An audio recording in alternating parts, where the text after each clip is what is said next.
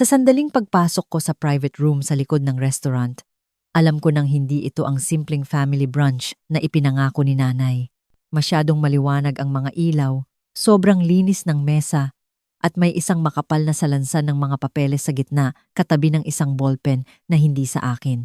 Naramdaman kong nanikip ang lalamunan ko nang mapansin ko ang lalaking nakasuit na nakaupo na, bukas ang laptop, at nakatitig sa akin sa halip na sa menu. Ngumiti si nanay na parang normal ang lahat at sinabing kailangan lang naming pag-usapan kung ano ang patas pagkatapos ng pagkamatay ni tatay. Ako si Sofia, 28. Nagtatrabaho ako remote sa tech at sapat ang alam ko tungkol sa mga kontrata at online banking para makilala ang isang patibong kapag nakita ko ito. Pero walang naghanda sa akin na marinig na ang estrangherong ito ay abogado niya at ang mga papeles sa harap ko ay ginawa para hatiin muli ang mana ko para lahat ay makinabang. Inusog niya ang kasunduan sa ibabaw ng mesa. Ipinag-krus ni nanay ang kanyang mga kamay na parang isang hukom at ang iba pang mga tao sa silid ay nakatitig sa akin na para bang ako na ang may kasalanan. Ang sabi niya, kailangan ko lang pumirma at ilipat ang karamihan sa iniwan ni tatay sa akin para sa ikabubuti ng pamilya. Nang tumanggi ako, nagbago ang tono. Nawala ang mga ngiti. Nagsimula silang magpahiwatig. Nakakaladkarin nila ako sa korte, sisirain ang aking credit, at gagawing napakahirap ng lahat para sa akin kung hindi ako makikipagtulungan. Kumakabog ang puso ko, ngunit naririnig ko ang boses ni tatay sa likod ng aking isipan na nagpapaalala sa akin kung sino talaga ang may batas sa panig niya. Tumingin ako sa paligid ng mesa, dahan-dahang nagbibilang sa aking hininga at pagkatapos ay malakas. 1, 2, 3, 4, 5. Ang dami ninyo, sabi ko. Sumimangot sila, nalilito, at doon ako unang ngumiti sa araw na iyon. Ang nakakatawa, sabi ko, isa lang din ang dinala ko. Kung gusto ninyong malaman kung sino ang pumasok pagkatapos nyon at kung paano naging pinakamasamang desisyon ni nanay ang munting family meeting na ito, makinig hanggang sa dulo. Hindi ako palaging ang babaeng nakaupo sa isang private room sa tapat ng isang abogado, binibilang ang mga tao na parang mga piyesa ng chess. Sa halos buong buhay ko, ako ay isang bata lamang mula sa isang tahimik na subdivision sa Quezon City na akala ay ang pamilya ay nangangahulugang mga game night, pagpunta sa SR at ang mga korning biro ni tatay tungkol sa programming. Si tatay, si Rico, ay isang software engineer sa isang maliit na tech company. Siya yung tipo ng tao na nagbabaon ng tirang ulam para sa tanghalian at minamaneho ang parehong lumang kotse sa loob ng maraming taon dahil umaandar pa naman. Ayaw na ayaw iyon ni nanay. Si Lorna, gusto niya ang bahay sa isang gated community, ang bagong hybrid na nakaparada sa garahe, ang mga bakasyon na pang-Instagram na kaiinggitan ng lahat. Noong ako'y 15 anyos, tuluyan nang bumuka ang lamat sa pagitan nila. Naaalala ko pa ang gabing pinaupo nila ako sa lamesa sa kusina. Si tatay ay may isang salansan ng mga nakaprint na bank statement. Si nanay naman ay may bukas na Pinterest board ng mga vacation home sa kanyang tablet. Sabi niya, pagod na siyang magtiis sa sakto lang. Sabi ni tatay, pagod na siyang magpanggap na kaya nilang bayaran ang isang buhay na hindi para sa kanila. Sa ilalim ng batas ng Pilipinas, ang kanilang conjugal property ay hinati sa gitna para kay nanay. Ito ay isang pagkakataon upang sa wakas ay i-upgrade ang kanyang buhay para kay tatay. Ito ay pagkawala ng kalahati ng lahat ng kanyang pinaghirapan at kahit paano'y may responsibilidad pa rin para sa sustento. Pagkatapos ng diborsyo, halos kay tatay ako tumira sa isang simpleng kondo sa Pasig. Walang magarbong anuman, pero naririnig ko ang ingay ng syudad kung bubuksan ko ang bintana ng aking kwarto sa gabi. Tuwing Biyernes, pinapapili niya ako ng hapunan mula sa Grab Food at kumakain kami ng pagkain diretso mula sa mga lalagyan habang nanonood ng Netflix sa sopa. Tinuruan niya ako kung paano gumamit ng mga budgeting app, ipinaliwanag kung ano ang SSS at pag-ibig, at kung bakit mas mahalaga ang credit score kaysa sa mga designer bag. Habang ipinagmamalaki ng mga magulang ng ibang bata ang mga bagong kotse, ipinagmamalaki ni tatay ang pagbabayad ng kanyang credit card ng buo buwan-buwan. Si nanay naman lumipat sa timog, sa Alabang, at tila nag-iba ng pagkatao sa isang iglap. Pinakasalan niya si Victor, isang kaakit-akit na real estate agent na dalubhasa sa pagbebenta ng mga bahay na parang galing sa isang palabas sa TV. Bigla, ang kanyang Facebook ay puno ng mga larawan mula sa mga barbecue sa bakuran at mga wine tasting. Mayroon siyang 2 bagong anak sa kanyang buhay, si Marga at si Ethan. At lahat sila ay nagsusuot ng magkaternong damit sa kanilang mga litrato sa Pasko. Teknikal na anak pa rin niya ako. Ngunit sa karamihan ng mga araw, pakiramdam ko ay isa akong guest star sa perpektong pamilya na sinusubukan niyang buuin. Sa tuwing mag-i-scroll ako at makikita ang mga post niya, pare-pareho lang. So proud of my amazing family. Blessed, living my best life. Hindi ako kasama sa mga litrato. Hindi siya tumatawag para itanong kung kumusta ang mga exam ko o kung ano ang gusto kong gawin pagkatapos ng high school. Tumatawag siya para sabihin sa akin na nakapasok si Marga sa varsity o nanalo si Ethan sa isang tournament. Ang tanging pagkakataong nababanggit ang pangalan ko ay kapag nagrereklamo siya kay tatay tungkol sa pera. Umuuwi si tatay mula sa mga pag-uusap na iyon na medyo mas tahimik, medyo mas pagod, ngunit palagi siyang bumabawi sa pamamagitan ng pag-play ng isang lumang pelikula at paggawa ng popcorn sa kalan. Sa mga weekend, nagha-hike kami sa mga kalapit na bundok o nagda-drive papuntang Tagaytay para sa murang day trip. Ituturo niya ang mga bahay sa mga gilid ng bangin at sasabihin, yung mga tao, nahuhumaling dito. Pero natutulog pa rin sila na may parehong problema tulad ng lahat. Pinanatili niyang simple ang aming buhay, ngunit ramdam kong tapat ito.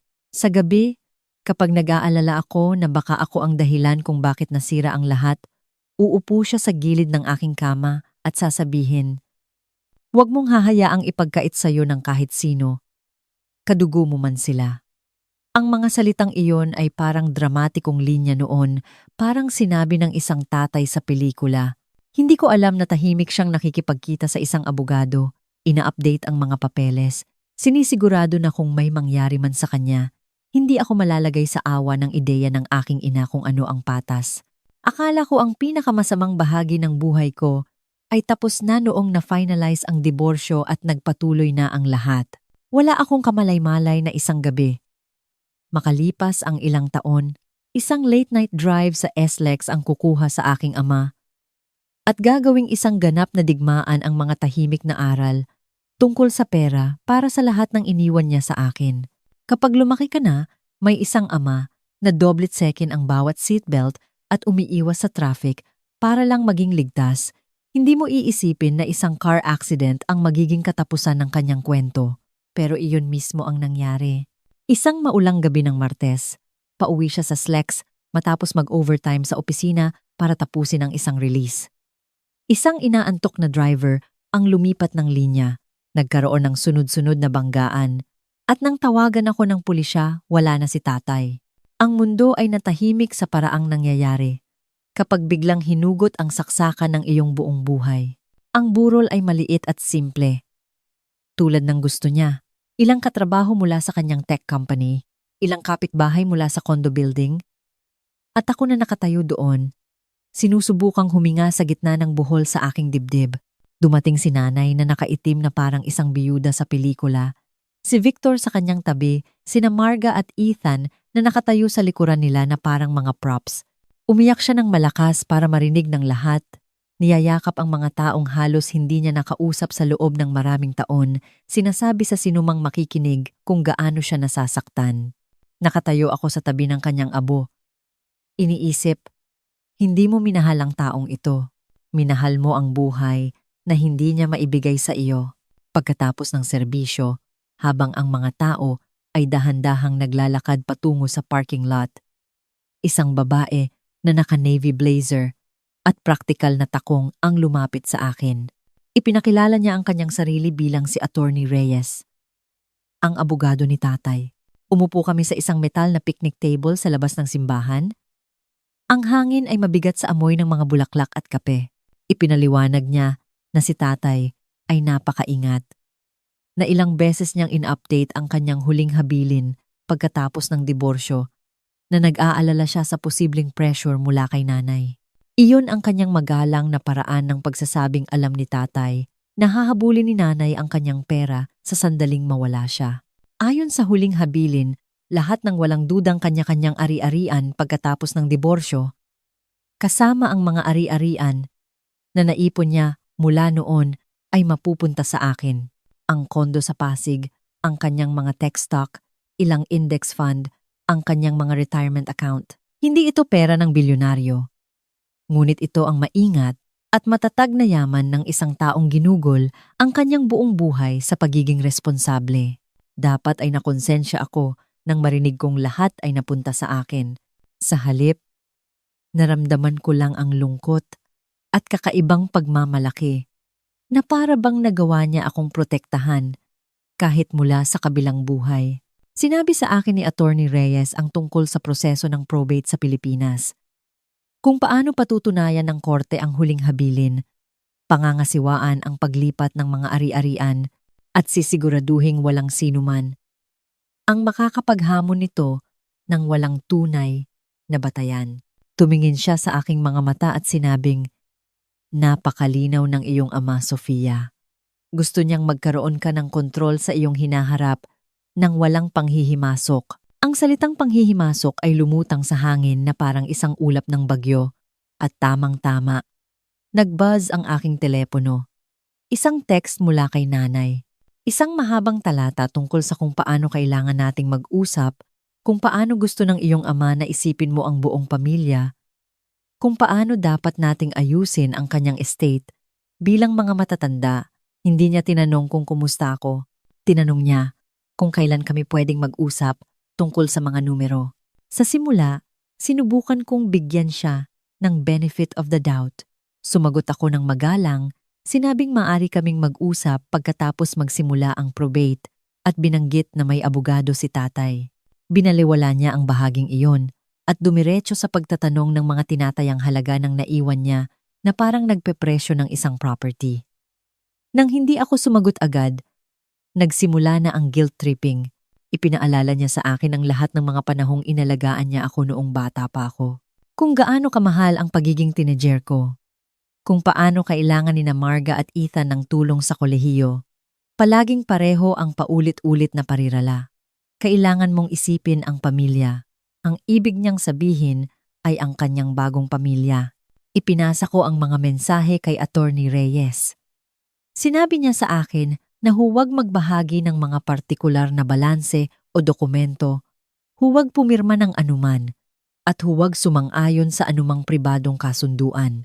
Sinabi niya na kung gusto ni nanay na hamunin ang huling habilin, maari siyang kumuha ng sarili niyang abogado at mag-file sa korte. Ngunit batay sa mga papeles na inihanda ni tatay, malabong manalo siya, nagpa siya akong magtiwala sa babaeng pinagkatiwalaan ni tatay. Kahit na nangangahulugan ito ng pagkabigo sa babaeng nagsilang sa akin. Doon nagbago ang tono ni nanay mula sa emosyonal na manipulasyon patungo sa bahagyang pagbabanta. Nagsimula siyang mag-iwan ng mga voicemail tungkol sa kung gaano kamahal ang mga abogado, kung paano ito maaaring tumagal ng maraming taon, kung paano maaaring maapektuhan ang aking credit kung magkakaroon ng magulong legal na laban. Magsisingit siya ng isang bagay na sentimental tulad ng, "Inaalala ko lang naman ang kapakanan mo," bago dumulas sa, "Ayaw mo namang maging pangit ito." 'Di ba? Para kang nakikinig sa isang sales pitch na binalot sa isang Hallmark card. Habang lalo akong naninindigan, lalo siyang nagiging desperado. Itinigil ko ang pagsagot sa kanyang mga tawag at isinulat ang lahat. Mga petsa, oras, kung ano ang sinabi niya. Tinuruan ako ni tatay na ang mga away sa pera ay nagiging sanhi ng pagiging padalos-dalos ng mga tao. At ang mga padalos-dalos na tao ay nag-iiwan ng ebidensya. Ilang linggo pagkatapos ng libing, Opisyal na kinumpirma ng probate ang huling habilin. Ang kondo, ang mga account, lahat ay nailipat sa aking pangalan. Nagpadala sa akin si Attorney Reyes ng isang maayos na folder na may mga legal na kopya at isang kalmadong email tungkol sa mga susunod na hakbang. Sa loob ng 24 na oras, nag-email din sa akin si Nanay. Ang subject line ay family meeting. At ang nilalaman ay puno ng mga pariralang tulad ng linawin ang lahat, pag-usapan ang mga opsyon, at humanap ng patas na solusyon. Sabi niya, tayo-tayo lang. Isang maliit na grupo, walang formalidad. Iminungkahin niya ang isang magandang restaurant sa Alabang at sinabing magpapareserba siya sa isang private room para makapag-usap kami ng malaya. Tinitigan ko ang email ng matagal. Nararamdaman ang pamilyar na buhol sa aking tiyan. Ginawa ni tatay ang lahat ng tama. Sinunod ang bawat tuntunin. At kahit paano'y pakiramdam ko pa rin, ay isa akong biktima na iniimbitahan na maglakad ng mahinahon sa isang patibong. Ipinasa ko ang email kay Attorney Reyes na may isang simpleng tanong. Sasama po ba kayo sa akin? Hindi nag-atubili si Attorney Reyes. Tumawag siya sa akin. Sa halip na sumagot sa email, ang kanyang boses ay matatag sa paraang nagpababa sa wakas ng aking mga balikat. Sinabi niyang darating siya. Na hindi ako papasok sa anumang pulong ng mag-isa. At kung gusto ng aking ina na maglaro ng mga legal na dokumento, mali ang kinalaban niya. Sa araw ng family meeting, nag-drive ako papuntang Alabang na may buhol sa tiyan at isang folder sa aking bag. Nasa loob ang mga kopya ng huling habilin, ang kumpirmasyon ng probate, at isang notepad kung saan isinulat ko ang mga petsa at buod ng bawat voicemail at text na puno ng panunumbat na ipinadala ni Nanay mula noong libing. Ito ang aking maliit na kalasag na papel laban sa mga taon ng pagsasabing wala akong utang na loob sa tuwing hindi ako sumusunod. Nagkasundo kami sa isang simpleng plano. Mauuna akong pumasok, titingnan kung sino ang nandoon at kung ano ang ilalatag nila sa mesa. Maghihintay si Attorney Reyes sa malapit at papasok kapag nag-text ako sa kanya. Sa ganoong paraan, hindi magkakaroon ng pagkakataon si Nanay na palabasin na isa itong pananambang. Ang restaurant ay yung tipo ng lugar na may awkward na tahimik na musika at mga baso ng tubig na tila hindi nauubusan. Dinala ako ng isang hostess sa mga mag-asawang nagdi-date at mga business lunch papunta sa likod kung saan isang frosted glass door na may markang private ay nakasara na. Kumabog ang puso ko sa aking mga tadyang nang buksan niya ito. At pumasok ako sa silid na inilarawan ko. Noong nagsimula ang kwento, nakaupo si Nanay sa dulo ng mesa na nakaitim na blusa. Perpekto ang postura, na parang siya ang namumuno sa isang board meeting. Si Victor ay nakaupo sa kanyang kanan na naka-blazer na mukhang mahal pero medyo masikip. Sina Marga at Ethan ay nandoon din. Sa kabilang panig ng mesa, katabi ng isang lalaking naka-gray suit na may bukas na laptop sa harap niya. Walang may hawak na menu. May isang pitsel ng tubig, isang maayos na salansan ng mga papeles, at isang ballpen na perpektong nakalinya sa ibabaw. Sofia, nakarating ka, sabi ni Nanay, na para bang maaga akong dumating para tumulong sa pagdekorasyon para sa isang party. Gusto lang naming makipag-usap. Tumayo ang lalaking nakasuit at inilahad ang kanyang kamay. Attorney Santos, pagpapakilala niya. Tinutulungan ng pamilya na tuklasin ang mga opsyon tungkol sa estate ng iyong ama. Ang paraan ng pagsabi niya ng pamilya ay parang lahat sa silid ay nawalan ng parehong bagay na nawala sa akin. Na para bang pantay-pantay kami dito. Sinusubukang paghatian ang pighati. Umupo ako ng dahan-dahan at napansin ang pinakaibabaw na pahina ng salansan sa harap ko. Nakasulat doon ang pangalan ko at mas maraming legal na lengguwahe kaysa sa kusang babasahin ng isang normal na tao sa branch. Mga terminong tulad ng redistribution, voluntary agreement, at irrevocable. Bago ka magpanik? Sabi ni Nanay, yumuko pasulong na may ensayadong simpatetikong tingin. Gusto lang naming siguraduhin na lahat ay maaalagaan. Ang huling habilin ng tatay mo ay hindi isinaalang-alang ang realidad ng pamilya ngayon. Iba na ang sitwasyon. Ikinumpas niya ang kamay kina Marga at Ethan na para bang mga item sila sa isang budget. Mahal ang kolehiyo, mahal ang buhay. Ito ay tungkol lang sa pagiging patas. Pumalit si Attorney Santos. Ipinapaliwanag na ang dokumento ay isang family settlement agreement na magpapahintulot sa akin na ilipat ang isang makatwirang bahagi ng mana sa isang shared trust. Ang makatwiran, ayon sa mga numerong nakalimbag sa itim na tinta, ay nangangahulugang halos 65%. Sinabi niya ito sa parehong tono na ginagamit ng isang tao para imungkahi na hatiin ang bayad sa restaurant. Pinanatili kong neutral ang aking mukha, ngunit sa loob ko, nararamdaman ko ang pag-init. Nag-overtime si tatay, minaneho ang Slex na iyon sa gabi. Nilaktawan ng mga bakasyon sa loob ng maraming taon. At ngayon sinasabihan ako na ang paggalang sa kanyang mga desisyon ay pagiging makasarili. Walang sinusubukang kumuha ng anuman mula sa iyo. Dagdag ni nanay, na halos nakakatawa dahil ang kontrata ay literal na umiiral para kumuha ng mga bagay mula sa akin. Ayaw lang naming maging mahaba at pangit na legal na laban nito. Masisira ang pangalan mo. Ang kinabukasan mo. Sa ganitong paraan, inaayos natin ito ng pribado. Bilang mga matatanda, naisip ko ang mga text na ipinadala niya, ang mga voicemail kung saan tumatalas ang kanyang boses sa tuwing sinasabi niya ang salitang patas. Naisip ko si tatay na nakaupo sa gilid ng aking kama, na nagsasabing hindi ko utang kanino man ang aking kinabukasan. Huminga ako ng malalim. So, sabi ko ng maingat. Bumaba ng ilang degree ang temperatura sa silid. Umayos ng upo si Victor. Tumingin si Marga sa mesa. Si Ethan ay patuloy na tumitingin sa kanyang telepono na parang gusto niyang mapunta sa ibang lugar. Ipinag-cruise ni Attorney Santos ang kanyang mga kamay. At binigyan ako ng isang tingin na maaaring ituring na mabait. Kung ganoon, maaaring maging komplikado ito, sabi niya. Maaaring kwestiyonin ng iyong ina ang ilang aspeto ng probate. Maaaring magkaroon ng mahabang pagkaantala, legal fees, mga pampublikong talaan. Maaaring makaapekto ito sa iyong credit o sa iyong kakayahang kumilos nang mabilis gamit ang mga ari-arian.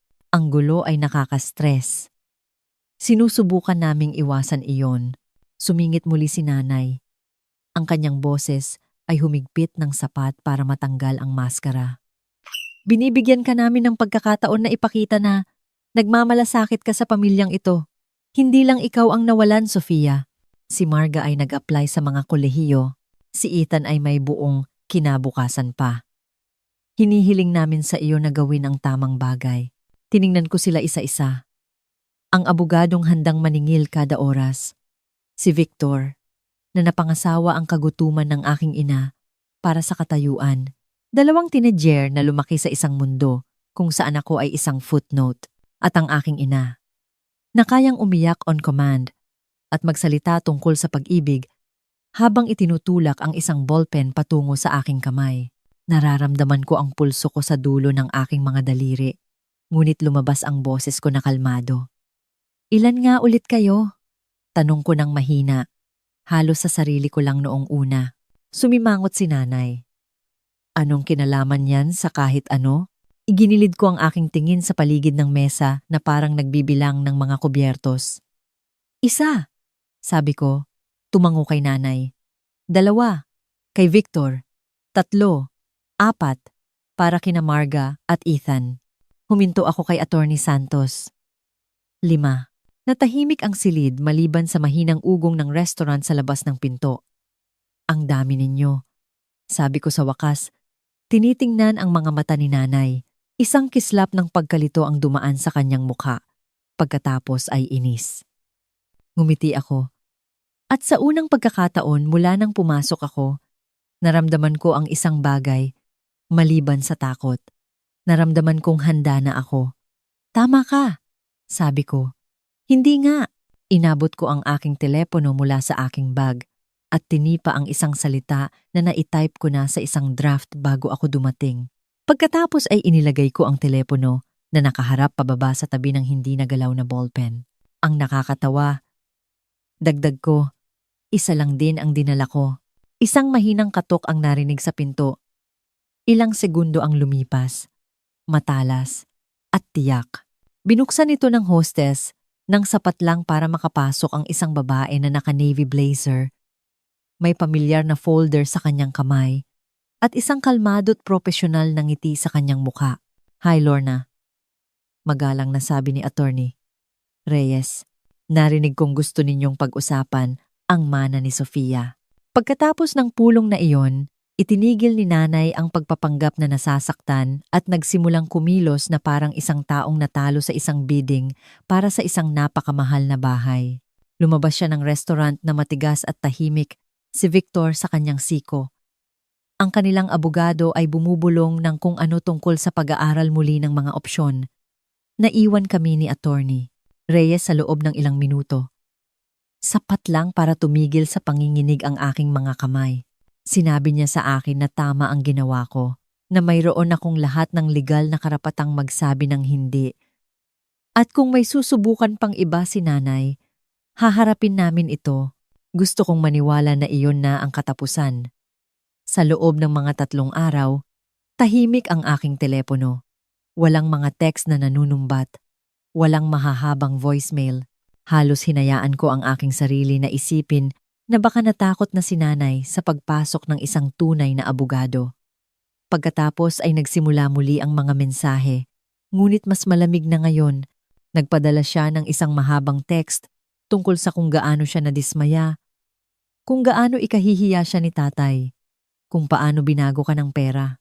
Nagpahiwatig siya na kung magpapatuloy ako sa pagiging matigas ang ulo, baka pagsisihan ko kung gaano magiging komplikado ang mga bagay-bagay sa mga account at papeles. Hindi ito tunog na banta ng isa pang branch meeting. Ito ay tunog ng isang babala mula sa isang taong sa wakas ay tinanggap na hindi niya makukuha ang gusto niya sa mabuting paraan. Ipinasa ko ang lahat kay Attorney Reyes. Sinabi niya sa akin na itago ang bawat mensahe at huwag sumagot. Pagkatapos ay nagdagdag siya ng isang bagay na nagpakulo sa aking tiyan. Kung hindi kanya madala sa emosyon, susubukan kanyang dalhin sa pinansyal. Nang gabing iyon, umupo ako sa aking kitchen counter, nabukas ang laptop at tumaan sa bawat account na mayroon ako. Pinalitan ko ang mga password, binuksan ang 2-factor authentication para sa aking bangko at mga investment app, sinuri ang mga security question at i-freeze ang aking credit sa mga major bureau. Ito ang bersyon ng mga matatanda ng pagbabarikada ng pinto. Isang app notification sa isang pagkakataon. Dati sinasabi ni tatay, "Dito sa ating bansa, mas mahalaga ang data mo kaysa sa perang nasa wallet mo." Hindi ko talaga naramdaman ang bigat noon hanggang sa nagkiklik ako sa mga setting na kumakabog ang puso, iniisip ang aking ina, na binubulong ang address ng aming pagkabata at ang pangalan ng unang alagang hayop sa isang login screen. Ilang araw ang lumipas, nakatanggap ako ng isang email na eksaktong kamukha ng karaniwang ipinapadala ng aking bangko. Parehong logo, parehong kulay, parehong subject line template. Important action required. Ang tanging dahilan kung bakit ako nag-atubili bago mag-click ay dahil mali ang tiempo. Kaka-update ko lang ng aking security at bihira namang ganoon kasaktong mangyari ang mga bagay. I-hover ko ang cursor sa link sa halip na itap ito. Ang URL ay malapit ngunit hindi eksakto. Yung tipo ng peking domain na mapapansin mo lang kung kahina-hinala ka na. Nanlamig ako. Hindi lang nila nahulaan ang bangko ko.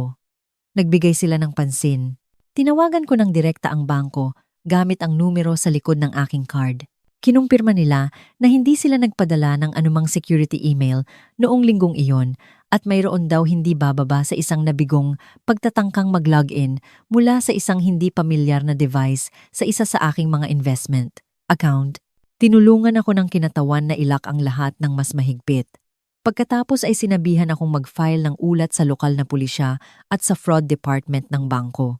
Napaka-surreal na umupo sa aking maliit na sala Nakapos ang Netflix sa isang walang kwentang sitcom habang ipinapaliwanag ko sa isang investigador sa telepono na ang sarili kong ina ay maaaring sumusubok na i-fish ang daan papasok sa aking mana.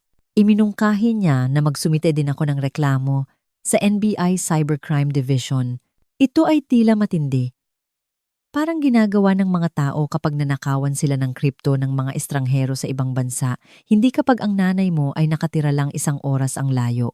Gayunpaman, pinunan ko ang form, inilakip ang mga screenshot, email at mga tala ng bangko tungkol sa mga nabigong pag-login. Sinuri ni Attorney Reyes ang lahat at sinabi sa akin na tama ang ginawa ko. Kung lumala ito, sabi niya, gugustuhin mong magkaroon ng malinaw na trail na nagpapakita na hindi mo lang ito inimbento. Ang susunod na hakbang ay protektahan ang isang bagay na hindi ko talaga naisip bilang bahagi ng aking seguridad.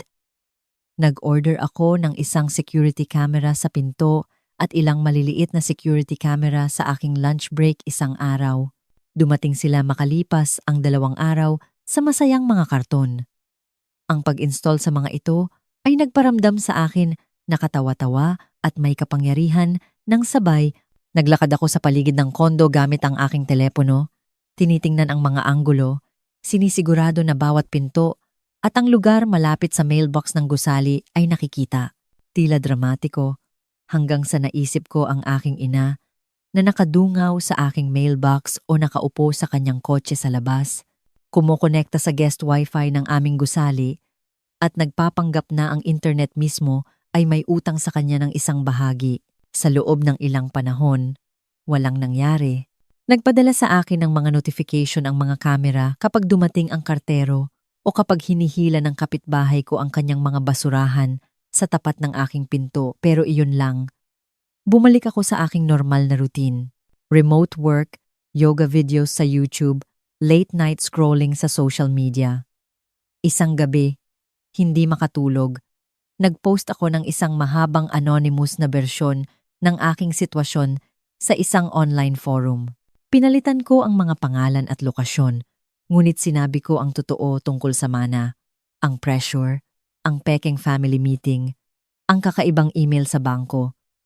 Sinabihan ako ng mga tao na makinig sa aking abogado, huwag makipagkita sa aking ina ng mag-isa, itago ang lahat sa sulat. At tratuhin ito na parang krimen, hindi isang hindi pagkakaunawaan. Ilan pa nga ang umamin na dumaan sila sa mga katulad na bagay nang mamatay ang isang magulang at may kinalaman sa pera. Ang pagbabasa ng mga kuwentong iyon ay nagparamdam sa akin na hindi ako nababaliw at mas naging focus. Hindi ako nag-overreact. Tumutugon ako. 2 linggo ang lumipas, isang Martes ng hapon, habang nasa isang Zoom meeting ako, nagbuzz ang aking telepono na may alerto mula sa kamera. May tao sa harap ng aking gusali. Sinilip ko ang thumbnail at nakita ang isang kotseng kilala ko mula sa mga taon ng pagsundo sa eskwela. Ang SUV ni Victor. Nanikip ang dibdib ko. Pinatay ko ang aking kamera sa Zoom. Nagkunwaring may problema sa koneksyon at binuksan ang live feed. Nakaparada si Victor sa gilid ng kalsada. Umaandar ang makina. Bukas ang kanyang laptop sa kanyang mga tuhod. Ang liwanag ng screen ay nagpapailaw sa kanyang mukha. Isang segundo ang lumipas, isa pang notification ang lumitaw. Motion detected near the mailboxes. Ipinakita ng pangalawang kamera si nanay na nakatayo doon, nakadikit ang telepono sa kanyang tainga, sumusulyap sa paligid, na parang tinitingnan kung may nanonood. Ang puso ko ay kumakabog nang napakalakas na naririnig ko ito sa maliit na audio feed. Pinanood ko si nanay na nagsasalita sa kanyang telepono. Pagkatapos ay tumingin sa direksyon ng kotse ni Victor. Halos sa eksaktong parehong oras, nagpadala ang aking banking app ng isang push notification. Para kang nanonood ng mga coordinate na nag-align sa isang mapa. Ang aking ina sa aking mailbox. Si Victor sa kanyang kotse sa labas ng aking gusali na may laptop. Ang aking account ay nagpiping sa akin na may sumusubok na pumasok. Pinindot ko ang screen record sa aking telepono at hinayaan itong tumakbo. Kalaunan, kinuha ko ang mga log mula sa website ng aking bangko na nagpapakita ng oras IP address at nabigong pagtatangkang mag-login. Ang mga timestamp ay tumugma sa footage ng camera hanggang sa minuto. Ipinadala ko ang lahat kay attorney. Reyes ang mga video, ang mga log, ang kumpirmasyon ng ulat sa NBI. Hindi na siya nag-text pabalik sa pagkakataong ito. Tumawag siya at ang kanyang boses ay mas matalas kaysa sa narinig ko kailanman. Hindi na ito harassment lang, sabi niya. Ito ay attempted identity theft. Hindi ka lang nila tinutulak. Lumalabag na sila sa batas. Kinabukasan, sa tulong niya, nag-file ako ng isang formal na police report at in-update ang aking reklamo sa NBI Cybercrime Division. Pakiramdam ko ay tumawid ako sa isang linya na hindi ko na mababalikan, ngunit patuloy kong inuulit ang imahe ng aking ina sa aking mailbox at si Victor na nagtatago sa kanyang kotse na parang isang teenager na sumusubok na magnakaw ng wifi. Ano man ito, tumigil na itong maging drama ng pamilya sa sandaling sinubukan nilang ilagay ang kanilang mga kamay sa perang iniwan sa akin ni tatay sa pamamagitan ng pagpapanggap na ako. Ilang buwan akong pakiramdam na palagi akong isang hakbang sa likod ng kanilang mga pakana. Ngayon, sa unang pagkakataon, mayroon akong isang bagay na hindi nila maipapaliwanag sa pamamagitan ng luha o panunumbat, matigas, pangit na digital na patunay. At iyon ang sandali na ang pribadong digmaan na ito ay naging isang kaso na kailangang tingnan ng isang hukom na ang aking ina at ang kanyang perpektong bagong buhay ay nasa ilalim ng pinakamalupit na liwanag. Akala ko palagi na ang mga korte ay ganoon lang sa TV, lahat ay makintab na kahoy at mabigat na hangin. Ngunit ang tunay na korte sa Quezon City ay mas mabigat pa, na para bang ang mga pader mismo ay nakakita na ng napakaraming taong nagsinungaling, nasira at nagpanggap na nagsisisi. Nakaupo ako sa mesa ng nagsasakdal sa tabi ni Attorney Reyes. Ang aking mga kamay ay nakabalot sa isang tasa ng lumamig na kape, nakatitig sa flat screen sa tapat ng bench ng hukom. Doon malapit nang i-play ang aking buhay sa high definition. Ang aking pintuan, ang aking mailbox, ang aking mana, at ang mga taong nagpasya na mas karapat dapat sila dito kaysa sa akin. Sa kabilang panig ng silid, nakaupo si nanay sa tabi ni Victor. Ayos ang buhok, perpekto ang makeup, ang damit ay maingat na pinili para sumigaw ng responsableng mamamayan sa halip na babaeng sumubok na pasukin ang mga account ng kanyang anak. Ang kanilang abogado ay ibang lalaki na ngayon. Mas matanda, mas pulido. Yung tipo ng tao na marahil ay naniniwala na kaya niyang kausapin ang sinuman sa kahit ano. Sina Marga at Ethan ay nasa pangalawang hilera sa likuran nila. Nakadamit na parang ito ay isang school assembly. Hindi sila magpapatotoo, ngunit hindi nila maaaring magpanggap na hindi nila alam kung bakit narito ang kanilang mga magulang. Nang pumasok ang hukom, lahat ay tumayo. Naramdaman kong bahagyang nanginig ang aking mga tuhod, na para bang naaalala nila na dati silang pag-aari ng isang bata, hindi ng isang taong malapit nang makinig sa sarili niyang ina na inilalarawan bilang isang kriminal. Inilatag ito ng piskal ng mahinahon. Mga pagtatangkang i-access ang mga protektadong financial account, mga mapanlinlang na email, koordinadong pag-uugali na nakunan sa video at sa mga digital log. Hindi siya gumamit ng dramatikong lengguwahe. Pinagpatong-patong niya lang ang mga katotohanan hanggang sa magkaroon ng isang tore na alam kong hindi na kayang akyatin pababa ni nanay. Inihanda ako ni Attorney Reyes para sa lahat. Nakita ko na ang mga ebidensya bago pa man, ngunit may kung ano sa panonood ng screen na umilaw at makita ang aking pintuan mula sa pananaw ng maliit na kamera na iyon na nagpakulo sa aking tiyan. Ipinakita ng video ang petsa, ang timestamp, ang mapurol na kulay abong hapon na iyon. Ipinakita nito si nanay na nakatayo sa mga mailbox na may teleponong nakadikit sa kanyang tainga, sumusulyap sa paligid na parang ang ginagawa niya ay kasing liit ng tsismis, hindi kasing laki ng pagtatangkang nakawin ang aking pagkakakilanlan. Pagkatapos ay lumipat ang feed sa anggulo sa kalye. Si Victor sa kanyang SUV, bukas ang laptop, ang asul-puting liwanag ay nagpapailaw sa kanyang mukha habang gumagalaw ang kanyang mga daliri sa keyboard. Itinuro ng piskal kung paano, sa mismong sandaling iyon, naitala ng mga log ng aking bangko ang isang nabigong pagtatangkang mag-login mula sa isang hindi pamilyar na device. Pagkatapos ay ipinakita nila ang screenshot ng notification ng aking banking app, yung nagpakabog sa aking puso habang pinapanood ko ang live feed. Halos perpektong magkatugma ang mga timestamp. Para kang nanonood ng isang crime documentary kung saan ang kontrabida ay ginagampanan ng iyong sariling pamilya. Sinubukan itong ipaliwanag ng kanilang abogado. Sabi niya, nagkaroon ng hindi pagkakaunawaan. Na si nanay ay simpleng tinitingnan lang ang mga papeles, na si Victor ay tumutulong sa online access na akala nila ay naglo-login sila sa isang lumang joint account mula sa kasal. Sinubukan niya akong palabasin na paranoid, mapagtanim ng sama ng loob, na gumagawa ng drama mula sa pighati at pagkalito. Nakaupo lang ako doon at nakinig dahil alam ko kung ano ang susunod. Tumayo si Attorney Reyes.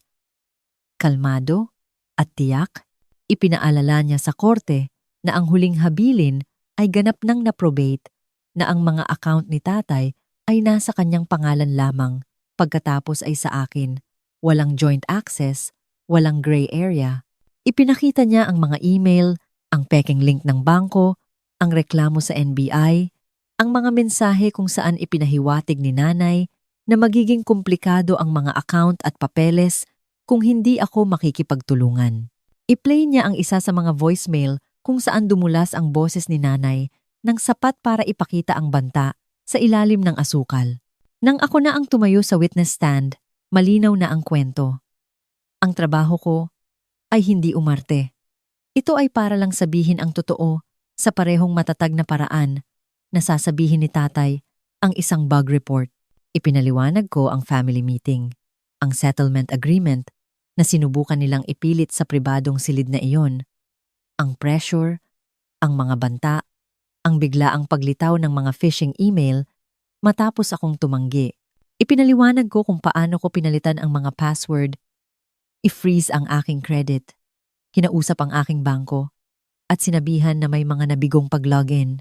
Inilarawan ko ang panonood ng footage sa real time at pakiramdam na ang bawat piraso ay nag-click. Tinanong ako ng piskal kung ano ang pakiramdam na malaman na ang sarili kong ina ang nasa likod nito. Nanikip ang lalamunan ko, ngunit sumagot ako ng tapat. Sabi ko, parang nanonood ng isang taong dumudukot sa aking dibdib at sinusubukang kunin ang huling piraso ni tatay na natitira sa akin. Nang sa wakas ay naisumite na ang lahat at nasabi na ng magkabilang panig ang kailangan nilang sabihin. Matagal na tiningnan ng hukom ang mga papeles. Mararamdaman mo ang silid na nagpipigil ng hininga. Si nanay ay nakatingin ng diretso, mahigpit ang mukha. Makintab ang mga mata, sa paraang hindi ko na pinagkakatiwalaan. Nang magsalita ang hukom, matatag ang kanyang boses, halos bored, ngunit ang mga salita ay tumama na parang martilyo. Sinabi niya na ang ebidensya ay nagpakita ng malinaw na mga pagtatangka na makakuha ng hindi autorisadong access sa aking mga account gamit ang mga mapanlinlang na pamamaraan. Binanggit niya kung paano ang paggamit ng personal na kaalaman para magpanggap bilang isang tao ay hindi pagkakaunawaan ng pamilya. Ito ay pandaraya. Inamin niya na walang malalaking halaga ang matagumpay na nakuha. Ngunit hindi nito binubura ang intensyon o ang pagsisikap. Napatunayan niyang nagkasala si nanay at si Victor sa mga kasong may kaugnayan sa attempted identity theft at fraud. Hindi niya sila sinentensiyahan ng isang dramatikong pagkakakulong tulad sa TV. Sa halip, ginawa niya ang isang bagay na sa totoong mundo ay mas matagal ang sakit. Nagpataw siya ng mabigat na multa, libu-libong piso, kasama ang bayad para sa aking mga legal na gastos. Inilagay niya sila sa probation na nangangahulugang bawat galaw nila sa pananalapi sa loob ng maraming taon ay babantayan. Inutusan niya silang kumpletuhin ang isang programa sa financial crimes.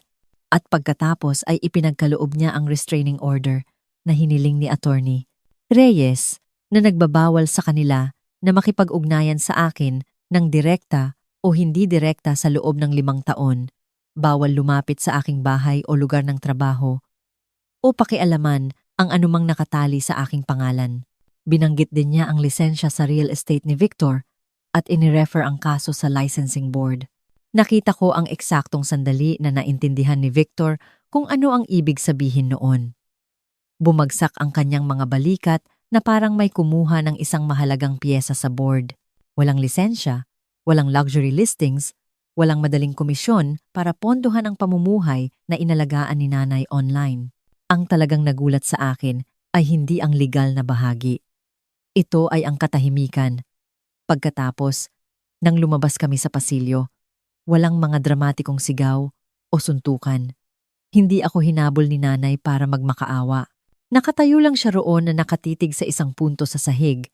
Ang kanyang maingat na inayos na buhay ay gumuho sa mga paraang hindi niya kayang ayusin gamit ang isang filter o isang caption. Sa loob ng maraming taon, nag-post siya tungkol sa pagiging blessed. Ngayon, iniiwasan niya ang mga mata ng lahat na para bang sa wakas ay naintindihan niya na ang mga biyaya ay hindi ninanakaw mula sa iyong sariling anak. Naglakad ako palampas sa kanya nang hindi humihinto. Hindi para maging malupit, kundi dahil wala nang natitirang sasabihin na hindi pa mas mahusay na sinabi ng hatol. Sa unang pagkakataon, mula nang mamatay si tatay, naramdaman kong ang lupa sa ilalim ng aking mga paa ay pag-aari ko muli.